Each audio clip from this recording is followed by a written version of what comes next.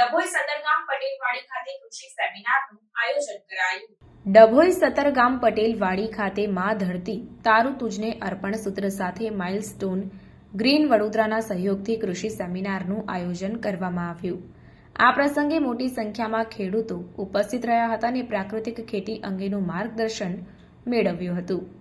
ભારત એક કૃષિ પ્રધાન દેશ છે, પરંતુ હાલ ખેડૂતો રાસાયણિક ખાતર અને દવાઓ પર ખેતી કરતા હોય છે, જે સ્વાસ્થ્ય માટે હાનિકારક હોય છે।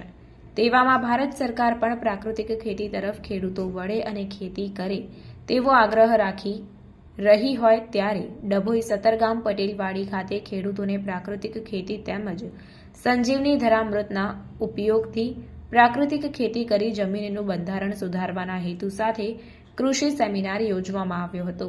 આ સેમિનાર માઇલસ્ટોન ગ્રીનના ઉપક્રમે યોજાયો, જેનો મુખ્ય વિષય મા ધરતી તારું તુજને અર્પણ હતો, જેનું માર્ગદર્શન વક્તા વૈભવ પંચાલ, કૃષિ અનુસ્નાતક અને કૃષિ સલાહકાર દ્વારા ઉપસ્થિત ખેડૂતોને અપાયું હતું।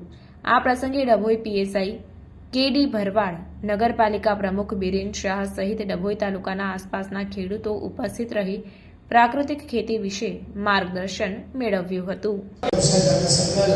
સામાન્ય ભાષામાં મુદ્દત કે છે, હું મારી જાતને ડેવલપ કરું છું, એટલે લગભગ વડોદરામાં 40 પ્રોજેક્ટ થયા છે અને એક પણ પ્રોજેક્ટ એટલું જાહેરાત આપ્યા વગર અમે અમારા પ્રોજેક્ટનો સંતોષ આપીને મેમ્બરોને 2012થી ચલાવતા હતા અને વડોદરા મ્યુનિસિપલ, વડોદરા જેલ અને આપણું હોટલનો જે પણ છે એ ખેડૂતોને સોલિડ લિક્વિડ સેપરેટરથી અલગ થઈ અને સોલિડ પાર્ટ છે એ ખેતીમાં વપરાતો અને જે ગેસ છે એનાથી ગાડી ચલાવતા।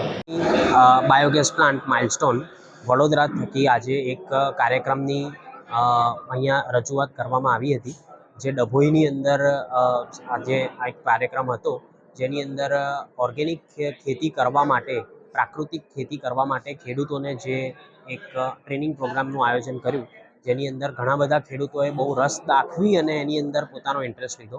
જેમાં સંજીવની બાયોગેસ અને સંજીવની બાયોગેસનું એક ધરામૃત કરીને જે બેક્ટેરિયલ વસ્તુ છે, જે ખેડૂતો પોતાના ખેતરની અંદર વાપરે અને સરસ એનું રિઝલ્ટ લે એ કે અને ખેડૂતો પ્રાકૃતિક કઈ રીતે કરી શકે અને એમના કોઈ પણ પ્રશ્નો હોય તો એ સંજીવની ટીમ અને અમારી જે ટીમ છે ભાવિક છે, આ બધા કૃષિ સલાહકારોની મદદથી આજે અમે આ ખૂબ સરસ પ્રોગ્રામનું આયોજન કર્યું। સફળતાપૂર્વક અહીંયા ડભોઈ વિસ્તારની અંદર પણ ખેડૂતો બહુ જાગૃત એક એમનો અભ્યાસ કરીને સરસ 3 કલાક સરસ એમને માહિતીની આપલે કરી છે।